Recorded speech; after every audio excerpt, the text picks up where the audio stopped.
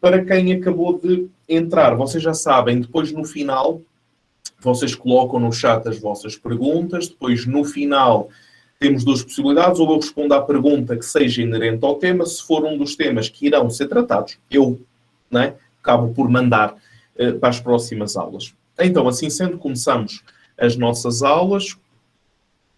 A nossa primeira aula, ora, aí está o São José, na alguma iconografia que alguém já conhece.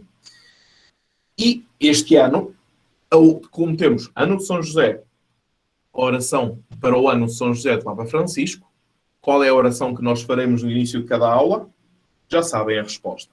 Em nome do Pai, e do Filho, e do Espírito Santo. Amém. Salve, guardião do Redentor e esposo da Virgem Maria. A vós Deus confiou o seu Filho. Em vós Maria depositou a sua confiança. Convosco, Cristo tornou-se homem. Ó bem-aventurado José, mostrai-vos Pai também para nós, e guiai-nos no caminho da vida. Alcançai-nos graça, misericórdia e coragem, e defendei-nos de todo o mal. Amém. Em nome do Pai, e do Filho, e do Espírito Santo. Amém. Ora, e então, vamos lá começar com porquê. No dia 8 de dezembro, o Santo Padre publicou uma carta apostólica. Eu estava lá em Roma nesse dia, Vatican News, Papa declara Ano de São José. E todos nós, estou a entender, foi uma surpresa. Foi uma surpresa. Publica, e nessa carta, é muito pequenina, o que é que diz? O objetivo do Ano de São José é, 2 pontos, citando literalmente o Santo Padre: aumentar o amor por este grande santo para nos sentirmos impelidos a implorar a sua intercessão e para imitarmos as suas virtudes e o seu desvelo. Literalmente, este é o objetivo do ano de São José. Perguntas devem ser colocadas. Podemos amar quem não conhecemos? É o grande moto da Logos. Não podemos. O que é que realmente conhecemos sobre São José? Então, assim sendo, primeira pergunta, para criar um contexto, o porquê esta data? É os 150 anos da proclamação de São José como padroeiro da Igreja Católica. Muito bem. Quem foi Beato Pio IX? Que nós conhecemos, 8 de dezembro de 1854, proclamação dogmática da Imaculada Conceição. Quem fez as aulas da consagração, né, depois no 25 de março lembram-se de toda a celebração que fizemos e a live do 25, etc.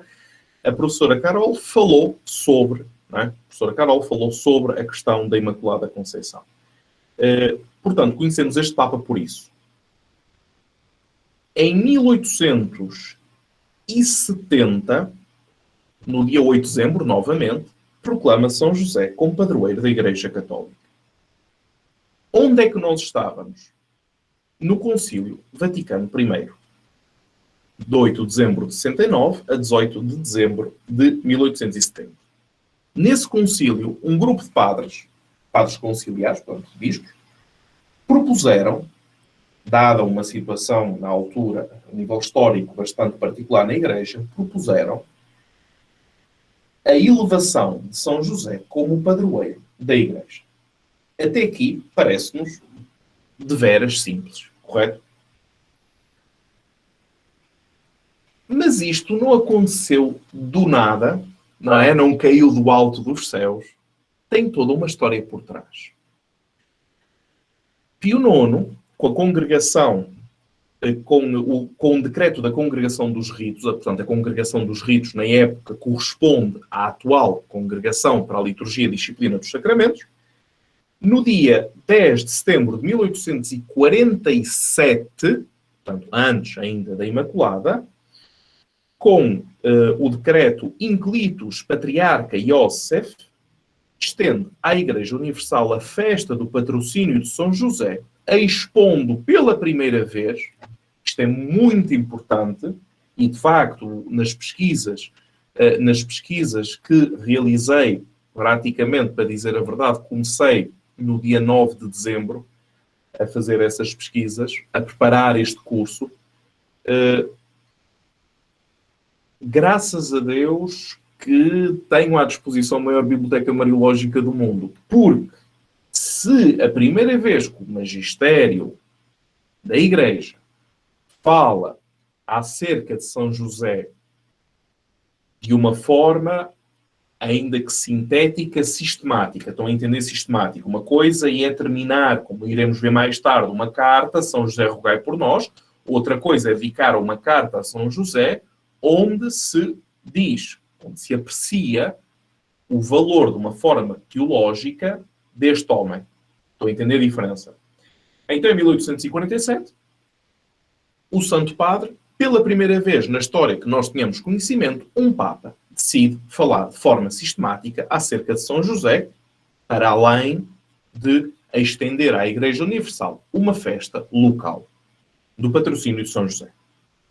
Depois, no dia 8 de dezembro de 1870, do qual nós celebramos os 150 anos, e razão de ser do ano de São José, com o decreto, eu vou ler devagarinho que o nome é esquisito, Quemad Modum Deus, onde se proclama São José como padroeiro da Igreja Universal. Dizer a Igreja Universal, dizer a Igreja Católica, aqui é a mesma coisa, porque a palavra católico vem do grego catoliques, que significa universal. Entender? Onde se anuncia que José do Egito, e teremos uma aula só dedicada a José do Egito, prefigura José de Nazaré. Vocês conhecem, lembram-se, já devem ter visto Ite ad Iosef. Iosef. Um bocadinho lentinho. Iosef EM no final, sim, é um acusativo. Ide a José, que é uma frase do patriarca José do Egito, do qual nós falaremos, Antigo Testamento, que, através deste decreto, o Santo Padre aplica como prefiguração ao José, esposo de Maria. Ok? E então, para além de fazer isto, também, e depois vamos ver mais tarde, em São José na liturgia, com as últimas alterações que o Papa, ou foi o Papa João Paulo II, o Papa Bento XVI, introduziram nos prefácios. Portanto, no prefácio, quando se pede a intercessão da bem-aventurada Virgem Maria, São José, seu castíssimo esposo, dos mártires, dos santos, etc. Depois iremos ver esses textos.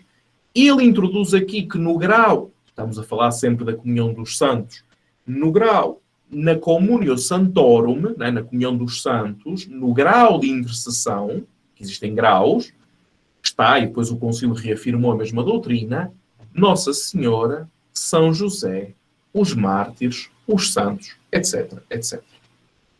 Estão a ver? Portanto, já temos aqui qualquer coisa que ainda hoje permanece. Depois, em 7 de julho de 1871, temos um novo decreto que reconhece a São José um direito de pertença superior. Depois, na altura, falava-se primeira classe, é uma nomenclatura que nós, hoje em dia, não utilizamos, onde se afirmava um direito, um posicionamento no único culto da Igreja em direção a Deus, por Cristo e em Cristo, não é? Um posicionamento de São José superior ao dos outros santos. Vamos colocar desta forma. Nós, quando olhamos para aquilo que são os santos, e na época, a teologia da época tinha esta visão, nós, parabéns, Dina Capelotti, o que é que nós temos? Temos uma comunhão dos santos, temos a intercessão junto de Deus, como Abraão intercede, como Moisés intercede, etc. Somos todos, como diz São Paulo, cooperadores de Deus, nós temos Nossa Senhora e depois temos São José, com festa própria. Já estamos em níveis diferentes. Mas depois, toda esta cronologia documental acerca de São José, depois numa aula, na questão do São José no Magistério da Igreja, nós pegaremos nisso numa aula e depois faremos também uma parte muito especial, que depois entrará no livro de uma forma mais extensa, do Vaticano II até os dias de hoje, toda a documentação e o que é que diz cada um dos documentos acerca de São José. Uns são mais pequenos, outros são maiores. Sobre a questão da documentação, nós vamos ler, deixa-me só controlar aqui o ar, senão eu pouso aqui dentro. Nós vamos ler o texto que dá origem ao ano de São José.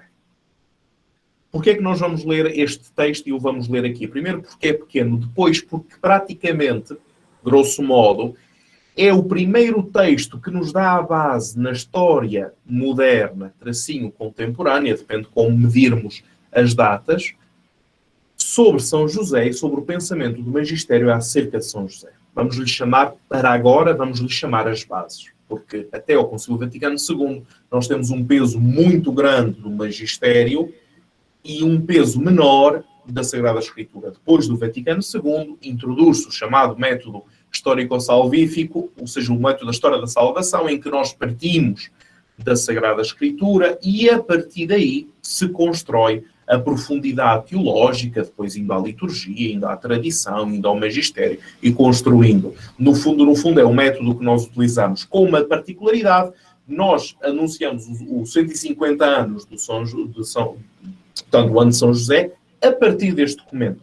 Portanto, eu vejo na obrigação de apresentar um documento, vamos ser honestos, desconhecido. E apresentá-lo, claro, em língua portuguesa. Diz o Papa Pio IX.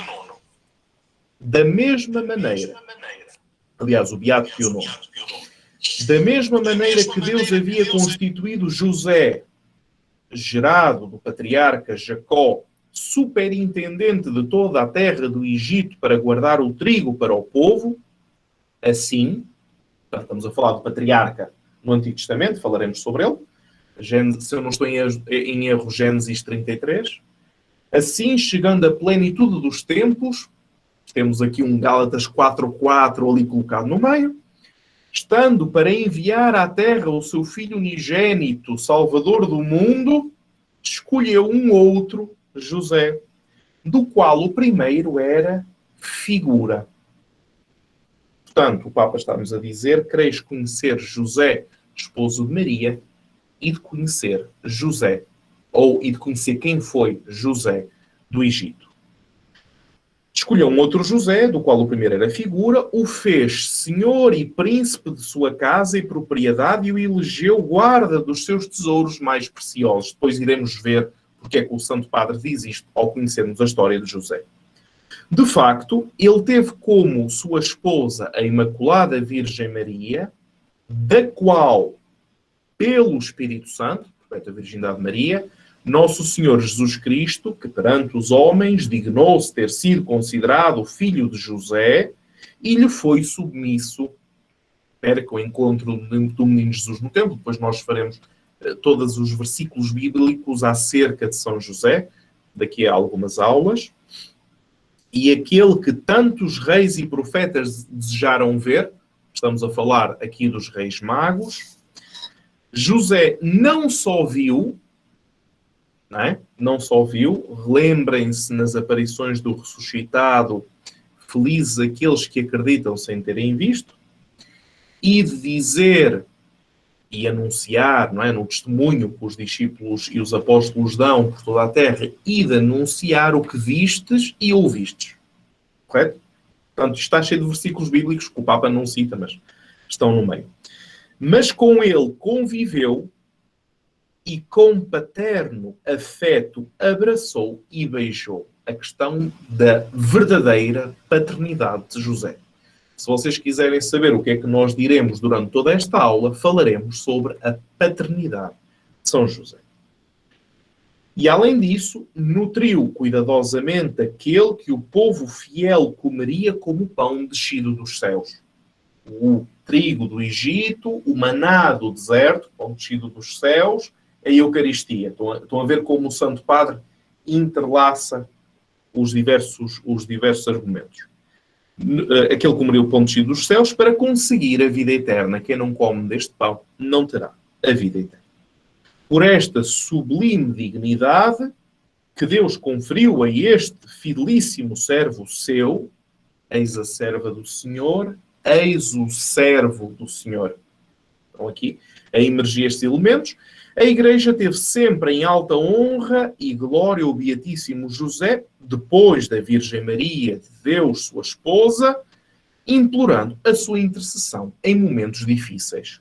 E agora, nestes tempos tristíssimos em que a Igreja, atacada de todos os lados pelos inimigos, é de tal maneira oprimida pelos mais graves males, a tal ponto que os homens ímpios pensam ter finalmente as portas do inferno prevalecido sobre ela, novamente a citar o que disse o nosso Senhor Jesus Cristo, é o que os veneráveis e excelentíssimos bispos de todo o mundo católico dirigiram ao sumo pontífice as suas súplicas e as dos fiéis, por eles guiados, solicitando que se dignasse constituir São José como patrono da Igreja Católica. Nós depois iremos ver daqui, já não este ano, mas no próximo ano, se Deus Nosso Senhor quiser, quando fizermos um curso sobre o capítulo 8º da Lumen Gentium, portanto, pegaremos nas 8 versões como foi constituída, andaremos também aos diários de algumas das personagens, vamos lhes chamar principais, do Concílio Vaticano II, também de conferências episcopais. Era normal nos concílios determinadas conferências episcopais, determinados conjuntos de bispos, vamos dizer assim, porque as conferências episcopais são realidades relativamente recentes na história da Igreja, fazerem petições ao Santo Padre. Então o que ele está a dizer é que os veneráveis bispos fizeram petições. Qual foi a petição?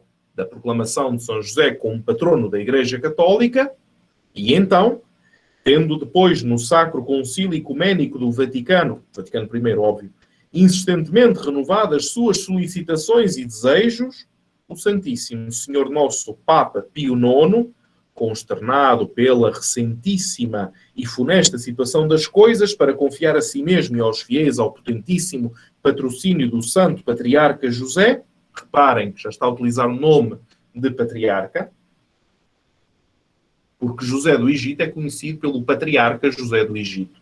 Já está a mutuar o nome para São José, quis satisfazer os desejos dos excelentíssimos bispos e solenemente declarou, claro, na época não existiam televisões e a comunicação era limitada, declarou patrono da Igreja Católica, ordenando que a sua festa, marcada em 19 de março, seja de agora em diante celebrada com o rito duplo de primeira classe. Eram nomenclaturas da época, antes da reforma litúrgica, começada no Concílio Vaticano II, e depois com a publicação do missal, do lecionário, etc., estas nomenclaturas desapareceram, porém, sem oitava.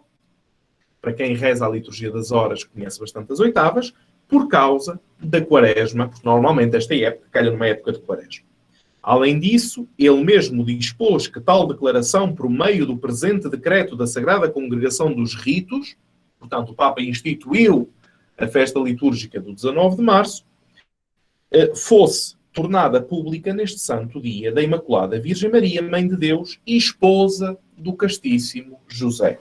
Agora se entende o 8 de dezembro, agora se entende porque é que o Papa Francisco entendeu, nesta data, proclamar o ano de São José.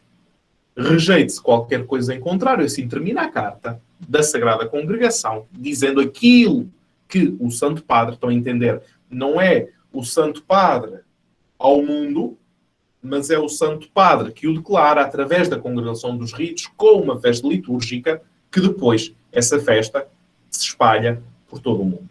8 de dezembro de 1870. Então, começa um percurso, não é? São José e a Mariologia. Porquê a Mariologia? Olhando para o plano de estudos das 22 faculdades pontifícias em Roma, portanto, as faculdades que dependem diretamente do Santo Padre, Na Pontifícia Faculdade Teológica Mariana, o padre Stramare lecionava Josefologia, um nome que nos parece estranho.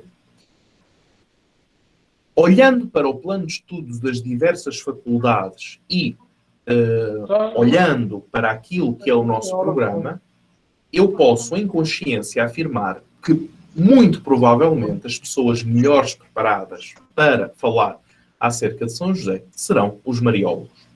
Porquê?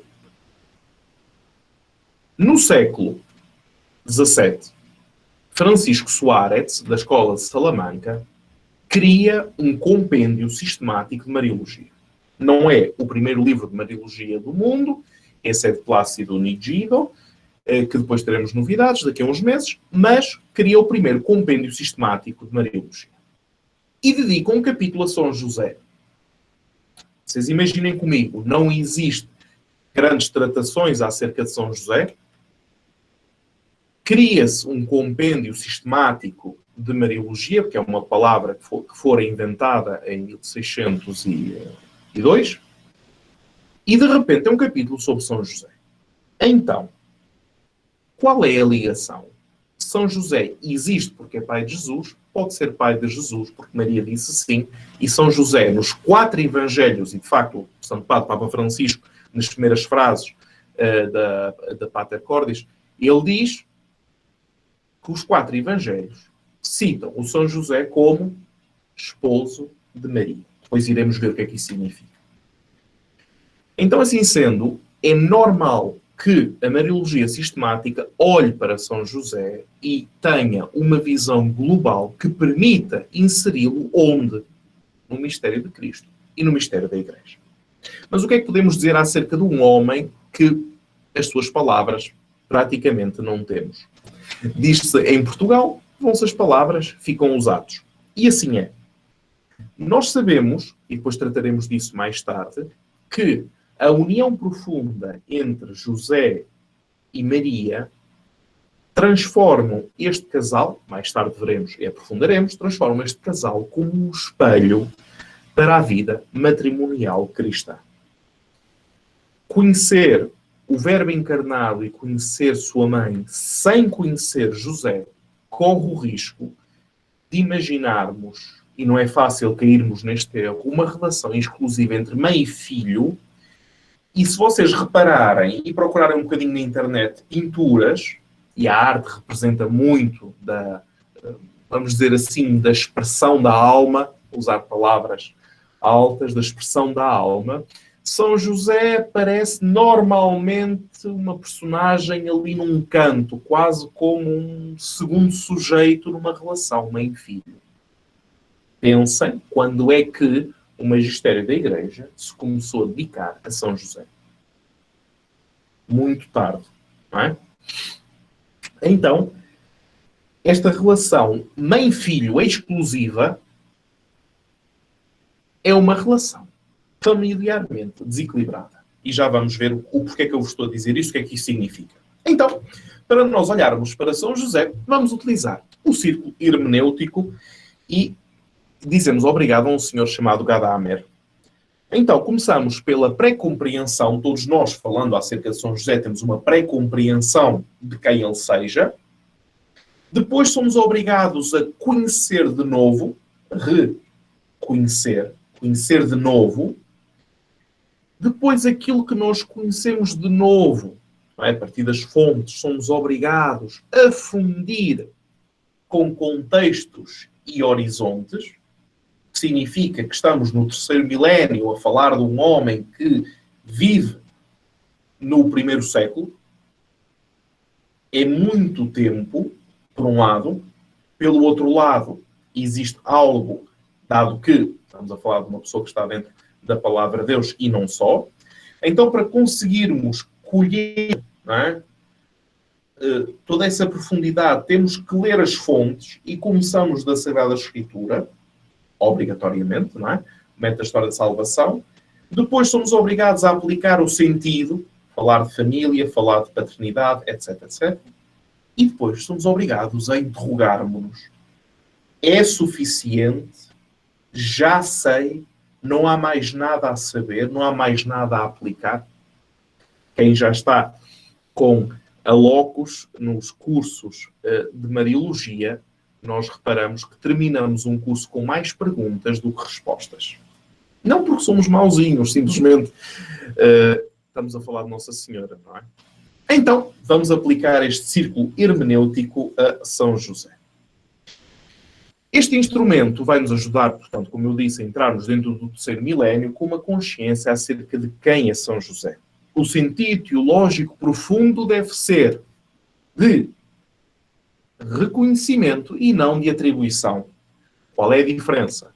Eu reconheço algo que já lá está, portanto, escavo, digamos assim, escavo e encontro alguma coisa que já lá está, ou então eu atribuo. Ele é assim, porque eu gosto. E reparem que a formatação contemporânea que nós temos faz uma inversão de hierarquias de verdades em que eu atribuo a um sujeito, a uma situação, um código de valor, uma determinada emotividade, de um eu acho, eu penso, mas não me deixo nunca condicionar por aquilo que realmente ali acontece. Então entramos numa categoria de atribuição e não de reconhecimento. O que é perigoso e os danos, as consequências, já vamos falar sobre isso, são catastróficas como habitualmente. Porque quando a memória e a história não se encontram, acontece um cataclismo. Isto é, nós somos, como cristãos, obrigados a dizer em uníssono aquilo que o Espírito Santo, que nos guia à verdade toda inteira, nos deixa nas Sagradas Escrituras. Contudo, existe uma barreira que é aquela da pré-compreensão. Eu já sei, eu já ouvi. Não é? Lembram-se do primeiro nível, não é? Para nós ultrapassarmos esta barreira, nós temos que deixar de lado frases como São José é pobre, carpinteiro, velho e viúvo, que acabaram por constituir um imaginário coletivo. Ai, Daniel, então não é assim, então era mentira. Calma, calma. Um passo de cada vez, a partir das fontes, para reconstruirmos, reconhecermos quem realmente é este homem, a partir das fontes que dispomos. Digamos que é como um imaginário coletivo, se quisermos, acerca desta figura, com 2 milénios que nos separam, não é possível ler, não é? Não é possível ver, ler testemunhos diretos. Ai, São José falou e disse-me que era assim. Então nós temos que reconhecer, mas em vez de dizer até agora o que vocês sabem não vale nada, não. Para agora, vamos colocar de lado. Vamos começar a caminhar. Deixem-me só desligar o microfone. Vamos começar a caminhar. E o microfone era da Vilma, e se eu não estou enganado, a Vilma que estava no hospital, certo? Portanto, se me está a ouvir, olá Vilma. E as melhoras.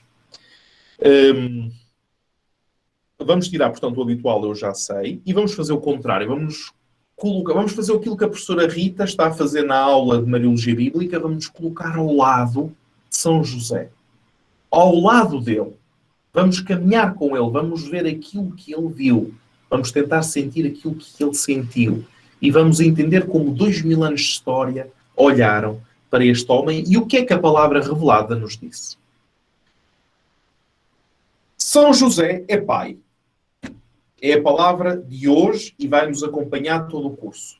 Os Santos Padres foram na mesma linha. Papa Francisco, São João Paulo II, São Paulo VI, documentos conciliares, vocês vão ver. São José é pai. O primeiro reconhecimento sobre o esposo de Maria é a sua paternidade.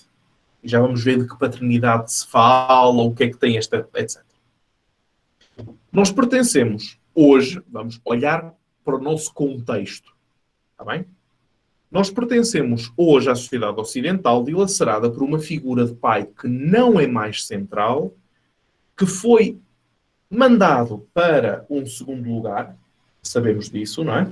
Que foi mandado para um segundo lugar, levando na prática a figura do homem como, digam-me se eu estou a mentir, a figura do homem como opcional no seu papel do desenvolvimento dos filhos. Pensemos, infelizmente, da epidemia dos divórcios e vamos tentar aprofundar ainda mais.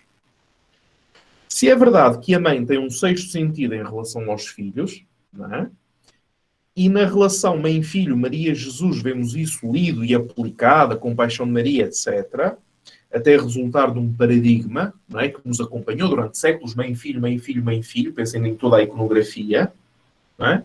E reparem, por exemplo, este quadro que eu tenho aqui atrás de mim, vocês veem claramente, a câmera está um bocado baixa, mas dá para ver, não dá? Então, São José, não é?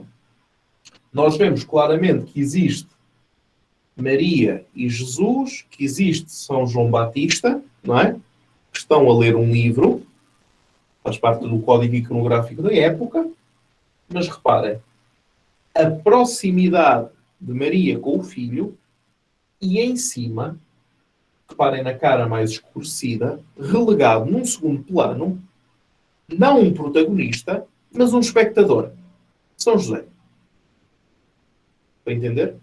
Não é que eu deixe de gostar do quadro por causa disso, mas a expressão da época era esta. Muito bem. Continuamos. Relembramo-nos sempre que falamos de Jesus e que Jesus é verdadeiro Deus e verdadeiro homem. Sobre a questão depois da dupla consciência de Jesus enquanto verbo de Deus e enquanto homem, são outras águas, deixamos isso à cristologia. Sabemos que não existe uma confusão, de acordo com os concílios, uma confusão das duas naturezas, da natureza divina e da natureza humana de Jesus.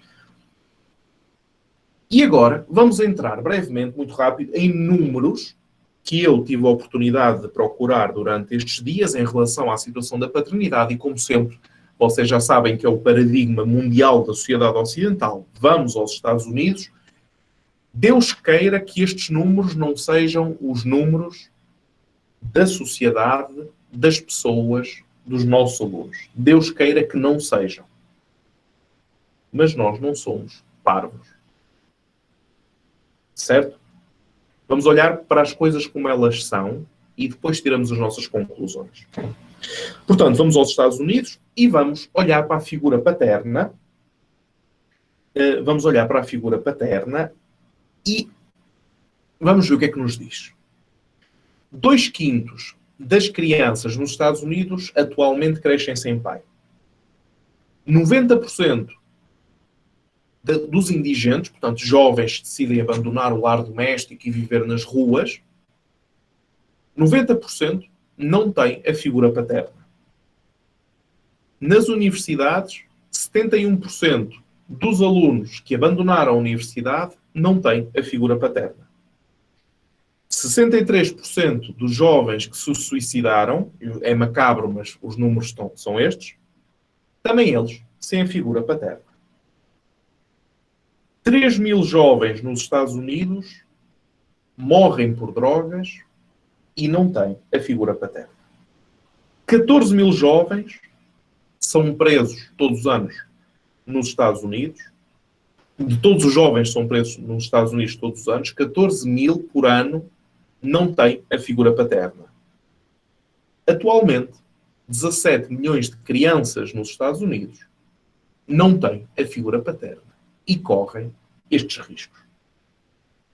O tempo de, em processo de divórcio, entregar a custódia à mãe automaticamente, porque a figura do pai coloca-se de lado, quando nós olhamos para estas estatísticas, vemos que a legislação, se ainda não mudou, tem que mudar, porque assim não dá para continuar.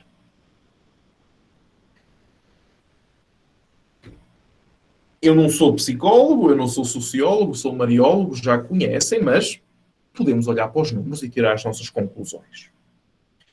Recuperarmos a dimensão real da vida do pai nas crianças não significa, também existe agora essa tendência, não significa colocar de lado a mãe. Significa equilibrar. Homem e mulher, ele os criou.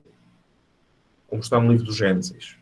Hoje a ausência do pai tornou-se uma epidemia, afinal existem mais epidemias para além do Covid, os efeitos são catastróficos e as causas são sempre iguais. A ausência da figura paterna na família. O pai é o contribuinte esquecido no desenvolvimento das crianças. Olhando para os números, a presença do pai na vida das crianças, portanto, nós vimos os números da ausência do pai. Quando olhamos para números da presença do pai, vemos que, do ponto de vista cognitivo, emotivo, físico, de saúde mental, as crianças estão muito melhor, são mais confiantes, curiosas e empáticas. Contudo, as casas sem um pai continuam a aumentar. Porquê? Dois setores da sociedade, mães solteiras e divórcios. Sempre os Estados Unidos, entre 1960 e 2016, o número de crianças a crescer sem pai triplicou, passou de 8 para 23. Nos Estados Unidos é perfeitamente legal que uma mulher esconda do pai que está grávida e que registre o filho com uma paternidade que não é aquela que corresponde. Resumindo, para além de ideologias, e nós já sabemos que são a maior heresia dos nossos tempos é a ideologia, para além das ideologias, das leis, das condições familiares, as crianças precisam do pai. Sobre isto, uma base, um ponto assente, nada ideológico, olhando para as estatísticas e a realidade tal qual ela é e não como gostaríamos que fosse. Façamos então uma pergunta no sentido contrário. O que é que acontece com um pai quando passa tempo com o seu filho? Na Suécia, eles aperceberam-se desta questão, alteraram leis laborais de forma que os pais possam passar tempo mesmo no crescimento dos filhos, etc. E os resultados foram bastante promissores. O pai é obrigado a criar um espaço emocional dentro de si para entrar na vida das crianças. Estudos sobre o suicídio dizem que não temos tanto suicídios por desequilíbrios químicos, etc., mas suicídios por feridas. Quando falamos de suicídio, estamos a falar já no extremo, estão a entender? Já no extremo. Quando falamos de feridas, desequilíbrios, traumas, que pode chegar mesmo à morte, são feridas emotivas de pessoas que se sentiram não amadas, não desejadas e até mesmo sem terem um lugar no mundo. Pertencemos a uma sociedade cada vez mais exigente, mas a paternidade parece relegada, manda-se a paternidade opcional e eventualmente carente de um modelo no qual se possa inspirar. Isto, uma fotografia da realidade. Se vocês me quiserem dizer, Daniel, isso aqui onde eu estou não acontece, eu sou o primeiro a ficar feliz disto não se poder aplicar nos locais onde vocês estão. Sou o primeiro a ficar feliz. Muito bem, fizemos perguntas. Vamos agora às respostas. Existe uma resposta do magistério católico à questão da paternidade? Perguntamos. E vamos ver o que é que foi escrito. Em 1995, São João Paulo II, uma carta aos operadores da saúde, diz: a sociedade do nosso tempo provocou, estes parênteses retos são o acrescento que eu faço para entender o contexto, a ruptura entre a parentalidade genética, parentalidade gestacional, responsabilidade educativa que se repercute a partir da família na sociedade. Na realidade, no homem, a paternidade, tal como acontece com o corpo e com o amor, não é limitada ao sentido biológico. A vida existe de forma plena quando, a partir do nascimento, nos é dado amor e sentido que nos permitirá dizer sim a esta vida. O que é o suicídio é dizer não a esta vida. Dá para entender. Vamos voltar para trás no tempo. São Paulo VI, o Humanae Vitae, 1968, número 7, para quem está habituado a documentos do Santo Padre. No site do Vaticano vocês encontram os documentos em português, etc. Eu apenas faço a extração. O problema da natalidade deve ser considerado, para além de perspectivas parciais, à luz da visão integral do homem e da sua vocação não só natural, não só terrena, mas também sobrenatural e eterna. Assim se justifica quanto se ilustra no número 10, do mesmo documento, Paternidade responsável comporta ainda e sobretudo uma mais profunda relação de ordem moral chamada de objetiva, estabelecida por Deus, da qual a reta consciência é verdadeira intérprete. O exercício responsável da paternidade implica, portanto, que os cônjuges reconheçam os deveres próprios perante Deus, perante si mesmos, perante a família, perante a sociedade, numa justa hierarquia de valores. Pois a paternidade, Efésios 3,15, depois nós falaremos sobre isso, a paternidade é recebida a partir da paternidade divina, segundo aquilo que nos diz São Paulo. Mas já vamos ver onde é que isto nos leva. Com esta passagem do magistério, começamos a vislumbrar o horizonte superior da paternidade e, com ela, resulta de uma atividade equilibrada entre pai e mãe. Novamente, São João Paulo II, na Mulieris Dignitatem, sobre a dignidade das mulheres, de 1988, ano mariano, já agora, mesmo na conclusão do ano mariano, o que é que acontece? Não estão a conseguir ouvir? É um problema de uma pessoa ou de todos? Ouvem bem? Basta... Sim? Bem? Ótimo, ok. É apenas de uma pessoa. Então, Mulieris Dignitatem, São João Paulo II vai dizer sobre esta confusão. Sim, Jesus é filho de Deus, e então José aparece lá no meio para dar assim um surplus legal para não acontecer nada à Nossa Senhora. O homem a quem Deus chamou pai. Querem ver? A paternidade em Deus é completamente divina, livre da característica corporal masculina que é adequada à paternidade humana. Já estamos a falar de duas paternidades, hein? São João Paulo II. Neste sentido, o Antigo Testamento fala de Deus como de um pai e se dirige a ele como um pai. Jesus Cristo, que colocou esta verdade no centro do Evangelho como normativa da experiência cristã e que se dirigia a Deus chamando de Abba, que significa pai, Mateus 14,36. Como filho unigênito e consubstancial, indicava a paternidade neste sentido ultracorporal, sobre-humana e totalmente divina. Falava como filho ligado ao pai do eterno mistério do gerar divino, e isso o fez sendo ao mesmo tempo filho autenticamente humano da sua mãe Maria, sua mãe Virgem.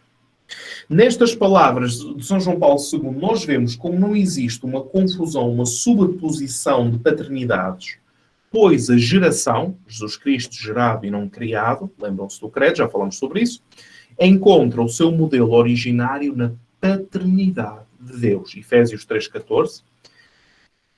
O que é um eco do façamos o homem à nossa imagem. Este plural trinitário, que mais tarde, em relação à protologia e ao próprio Evangelho, nós nos apercebemos. Nem sequer podemos afirmar que existia uma utilização meramente instrumental da paternidade de José como um modo de subtrair Maria de uma vida inconclusiva na sociedade hebraica da época. E ainda, novamente São João Paulo II, Redentoris Custos, que vai, portanto, Redentoris Custos é o centenário não deste documento de Pio IX, mas do documento que vamos ver amanhã de Leão XXIII, Quam Plurias, que iremos ver amanhã. E então São João Paulo II vai escrever aquilo que até à data é o mais completo documento acerca de São José, que é Redentoris Custos. Um documento extenso, vale a pena e que recebeu mais de um século de desenvolvimento, de investigação teológica profunda acerca de São José e acerca, claro, de uma visão histórico-salvífica, né? São José no mistério de Cristo, no mistério da Igreja, porque ninguém... vamos aqui colocar... Saiu de cena, não foi? Ora, vou colocar aqui novamente o ecrã. Peço-vos desculpa. E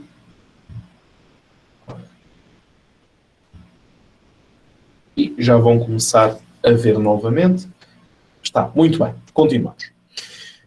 Estava-vos a dizer que vai receber já uma Mariologia, porque graças a Deus alguns dos meus mais antigos professores colaboraram neste documento. Só que isto não se pode dizer a ninguém. Portanto, vai receber já o que de melhor a Mariologia ao longo de décadas produziu acerca de São José. No número 7 diz: como se deduz dos textos evangélicos, o matrimónio com Maria é o fundamento jurídico da paternidade de José. É para assegurar a proteção materna a Jesus que Deus escolhe José como esposo de Maria, pelo que a paternidade de José, uma relação que o coloca o mais próximo possível a Cristo, termo de cada eleição e predestinação, Romanos 8, 28, 29, passa através do matrimónio com Maria, ou seja, através da família. Temos aqui maternidade, responsabilidade, família. Temos um tríptico. E depois, quando ouvimos falar da Amoris Laetitia, quando ouvimos falar da Familiaris Consórcio, não é? Sobre a família, a Sagrada Família é o modelo das famílias. Muito bem. Sem entendermos a figura de José, nós não conseguimos chegar a essa conclusão. Portanto, a família é também o espaço onde o filho Jesus encontrou o pai José num verdadeiro matrimónio e num primeiro contato com a fé, no anúncio da fé de Abraão, da fé hebraica. E relembrem-se que existe um papel, ainda hoje, um papel importante do homem hebraico que introduz na sinagoga o filho homem. Vão entender a divisão, não é? A mulher hebraica que está numa parte, no final da sinagoga, estamos a falar do primeiro século, e o homem hebraico leva o filho para o culto. O que é que podemos então concluir sobre a paternidade de José? A vocação de José é aquela de ser pai, e tal obra colabora com o grande mistério da plenitude dos tempos, que é a redenção. A sua paternidade se exprime de forma concreta ao fazer da sua vida um serviço e um sacrifício para o mistério da encarnação. Estamos a ouvir aqui o discipulado de Maria. E, de consequência, com o mistério da salvação. Sobre esta correlação, também São João Paulo II, novamente Redentoris Custos, número 8, diz: com o poder paterno sobre Jesus, Deus também participou a José o amor correspondente àquele amor que tem a sua fonte no Pai, do qual toma nome cada paternidade, no céu e sobre a terra. Então, São José recebe de uma forma, vamos dizer, particular, singular. Também Maria recebeu uma maternidade singular. São José recebe uma paternidade singular a partir daquela paternidade de Deus, que é o princípio, a fonte, segundo São Paulo, em Efésios 3,15, de toda a paternidade, no céu e na terra. Então nós, homens, sacerdotes, e não, depois vamos ver isso, a questão da paternidade espiritual a partir da paternidade de José, vamos ver mais para a frente, recebemos esta vocação à paternidade a partir de José, que a recebe a partir da única paternidade de Deus. Por isto, antes pensemos que correspondia por ocasião da circuncisão colocar o nome legal à criança, pelo que José coloca o nome a Jesus, e o nome de Jesus significa salvação. Leiam Atos 4,12. Tal como lhe tinha sido anunciado pelo anjo, Mateus 1,21. Colocando-lhe o nome, José declara legalmente a sua paternidade sobre Jesus e proclama, com o nome de Jesus, a missão de Salvador de seu filho. Portanto, já existe uma cooperação de José. E ainda, devemos acrescentar, a paternidade é uma particular confirmação do amor. A partir deste pode-se descobrir a extensão e a profundidade original que na eterna novidade nos oferece um sentido para a vida, pois indica uma riqueza sublime.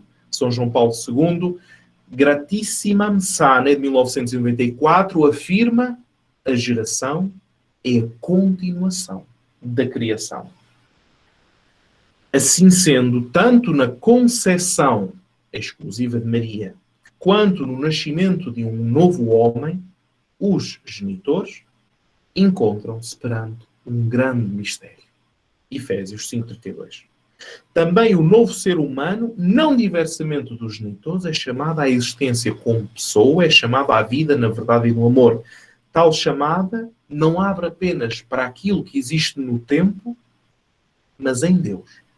Nos abre para a eternidade. Neste sentido, podemos afirmar que a paternidade é o primeiro e fundamental dom dado à humanidade que há perspectivas para a compreensão da paternidade de José, pois a família de Nazaré, é o centro da nova aliança. Conclusão.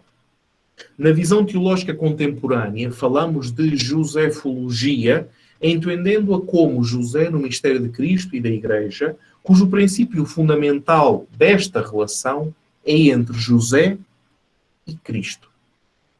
Curiosamente, normalmente não se fala sobre esta questão. Esta relação entre José e Cristo é uma relação de paternidade, o qual não existe sem o matrimónio de José com Maria. A razão de ser desta paternidade é a participação criatural da paternidade divina que São José não substitui, mas a qual ele serve numa associação à relação entre Maria e Cristo. Nesse sentido, nós devemos falar de uma geração patriarcal, patriarca José, ao lado de uma geração virginal, pois Jesus tinha sido prometido a Abraão, tinha sido prometido a David, não é? Da descendência que nascerá, etc. Já falamos sobre isso. Que há de abençoar todas as gerações, parte de Abraão, que há de sentar no trono da casa de Jacó, portanto, a filiação davídica. José é da casa de David. José é filho de David, em perspectiva hebraica. Portanto, é o vértice da descendência patriarcal de Abraão e David, e é através de si que recebe, leiam as genealogias de Jesus, que recebe a herança deste reino prometido e este sacerdócio eterno. Confrontem Mateus 1.1, confrontem Lucas 1.32. Sem José, Jesus não recebe a descendência de David, segundo a carne, pois é inserido nesta genealogia, através de José. Esta paternidade de José, segundo o Espírito, tal como a geração de Jesus foi segundo o Espírito, foi fora da força humana, além de todo o desejo e previsão do homem, José torna-se pai de Jesus, porque o acolhe na fé, obedece na mesma fé, renuncia aos seus direitos e ama a sua esposa. Depois, quando fizermos a parte da josefologia bíblica, iremos ver este vínculo grande entre José e Maria. Para quem está a acompanhar o curso de Maria, portanto, da Mariologia veterotestamentária, não é? A Maria como mulher hebreia, é claríssimo a partir dos originais o que ali acontece.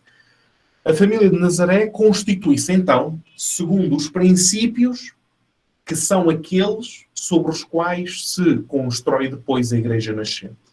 A presença do Espírito Santo, o acolhimento de Jesus como a redenção no meio dos homens. Reparem o nome que o anjo disse a José, e José por fé obedece e chama Jesus, Yeshua, Salvador.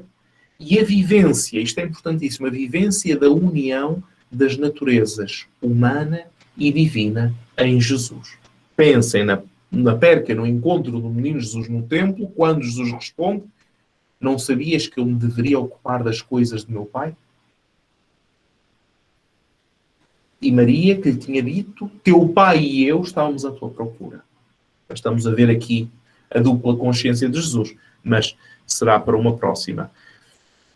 Últimas palavras. A paternidade de José conserva e protege os primeiros mistérios da salvação dos homens, por isso encontramos a tradição eclesial a proclamá-lo como patriarca do povo de Deus, patriarca da nova aliança, patriarca do novo Israel do Espírito, por títulos que lhe foram sido atribuídos. E tudo isto no matrimónio de José com Maria, que não nos permite minimizar a presença de José como uma ameaça à perpétua virgindade de Maria. A paternidade de José não existe apenas por questões legais ou por hábito social.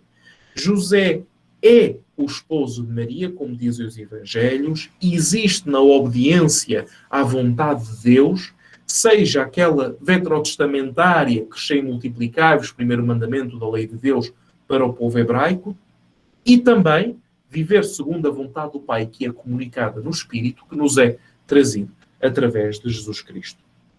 Então, assim sendo, e a última coisa que eu digo, Jesus é a fonte e a finalidade da missão e da santidade de José.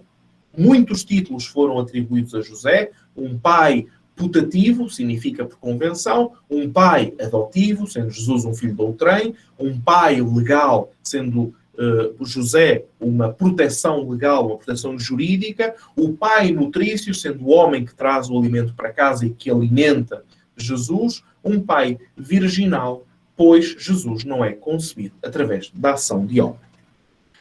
Mas todos estes títulos, ao longo da história, que foram colocados em José ao longo da história, não traduzem a paternidade de José na nossa cultura.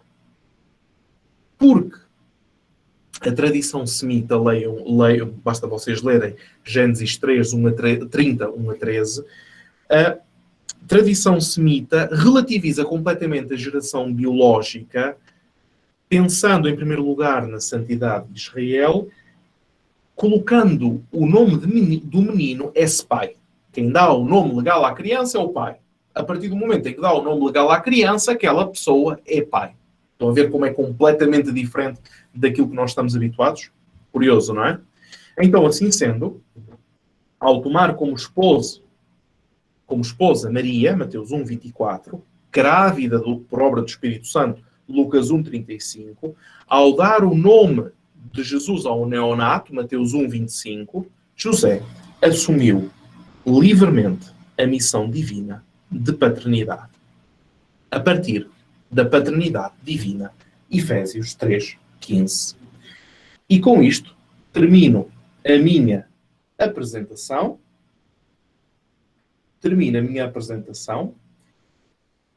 E começamos com as perguntas. Eu sei que eu vou começar imperativamente às 19, a não ser que aconteça aqui um cataclismo, e tento terminar sempre às 8 horas em ponto, de forma que depois tenhamos tempo para as perguntas. Todas as perguntas são atinentes ao tema que eu posso responder, eu respondo. Se eu não souber, procuro e na próxima aula irei responder. Se depois serão respondidas em outras aulas, mando para as outras aulas. Primeira pergunta. Posso considerar São José como um mero espectador da ação de Deus através de seu filho Jesus na Sagrada Família? Já respondemos a essa pergunta. Não, absolutamente não. E ainda vamos ver muito mais porquê. Quantos anos tinha São José quando Jesus nasceu? Não temos a mínima ideia. Podemos, eventualmente, com discursos etnográficos, sociológicos, arqueológicos, dizer com alguma segurança a questão portanto, de José já ter pago uma hora, e quem está nas aulas da Mariologia Bíblica já ouviu falar muito acerca disto, mas muito mesmo. Única coisa que eu, de tudo o que encontrei até hoje, se pode prever e dizer com alguma certeza, é a figura de José como um rapaz dos seus 16 anos, a idade era a partir dos 13, mas depois já na época se mandava mais lá para a frente, até por questões económicas, não teria problemas em dizer-se um homem jovem, na altura, um homem jovem já a partir dos seus 16 anos, trabalhador, e eu vou dizer um homem jovem trabalhador porque nós depois vamos ver afinal que profissão é que José tinha. Muito mais carpinteiro. Estão a entender? Muito mais do carpinteiro. Por isso é que eu digo, um homem já estruturado na vida, não um velhinho decrépito, porque a visão do velhinho decrépito nasce como potencial ameaça para a credibilidade da perpétua virgindade de Nossa Senhora, etc. São questões históricas da época. Terceira pergunta. O que aconteceu com José depois da morte de Jesus? Não sabemos. A possibilidade que Nossa Senhora, na época, já fosse viúva, é discutida por alguns biblistas, tanto quanto podemos saber. Ser viúva e São José ser velho são coisas diferentes. Possivelmente. Estamos sempre no campo do possivelmente, não são questões eminentemente teológicas, são questões, muitas vezes, de sensibilidade, até de épocas. Daniel, por acaso os padres do deserto citam ou têm devoção a São José? Iremos ver São José na patrística e aí nós iremos ver o que é que cada um, vamos falar dos setores até o V século, no Oriente até o no Ocidente até o VIII século, no Oriente, o que é que cada um dos autores disse acerca de São José, qual foi o seu contributo. Onde se encontra o túmulo de São José? Escavações arqueológicas falam de um túmulo de São José. Ainda não vou trazer esta questão para aqui. Iremos falar mais tarde, quando trataremos da questão da arqueologia / iconografia de São José. Mas são notícias ou escavações arqueológicas muito recentes. Como sempre, probabilidades. Como sempre, sabem disso. São probabilidades. Dito isto, 8h04... tentando terminar a horinha, vamos para os recados. O livro será no final do curso. Porquê? Uma coisa muito simples. O Papa diz, é o ano de São José. A Logos Mariológicos diz, vamos fazer um curso de São José. Qual é o primeiro? Isto depois demora meses a preparar. Investigação. Depois da investigação, todo o layout do livro. E olhando para aquilo que existe publicado, não só em português, mas quase todas as línguas, vai ser um livro particular, vai ser um livro diferente que vai tentar trazer o máximo possível de fontes para dentro, para a língua portuguesa. O máximo possível de fontes acerca de São José para a língua portuguesa. Portanto, no final do curso, termina o curso, termina-se o layout do livro e envia-se. O curso será certificado com um único teste de múltipla escolha no final do curso. Serão habitualmente 20 perguntas com escolha múltipla no final do curso. O curso é todo pelo Google Meet. O link do YouTube, portanto, para aqueles que não puderam estar presentes no curso, já sabemos como é que funciona, será enviado o link para o grupo. Portanto, não abandonem este grupo, por amor de Deus, que é a forma mais simples de vos contactarmos. Todos os dias nós estamos a transmitir, graças ao bom Deus, neste período pascal, a Santa Missa às 6h30 da manhã, no Facebook, no YouTube, no Instagram. Estejam connosco, celebrem connosco, com quem preside é o Sr. Padre Romeu, nosso parco e aluno nosso.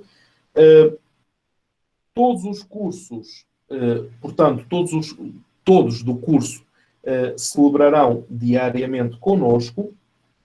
Eu convido-vos a fazerem isso até chegar ao dia de São José Operário. Mas isso já são outras novidades. Dito isto, peço-vos desculpa de não responder a todas as perguntas que são colocadas, mas é impossível fazê-lo. É impossível fazê-lo. Coloquem sempre perguntas atinentes ao tema. Eu não vos vou prometer que eu leia todas as mensagens que vocês publicam no grupo. Vão reservando, perguntando uns aos outros e vão reservando as vossas perguntas atinentes ao tema e, se alguma coisa não foi respondida, sugestões e derivados, tenham a bondade. E nós estamos sempre aqui.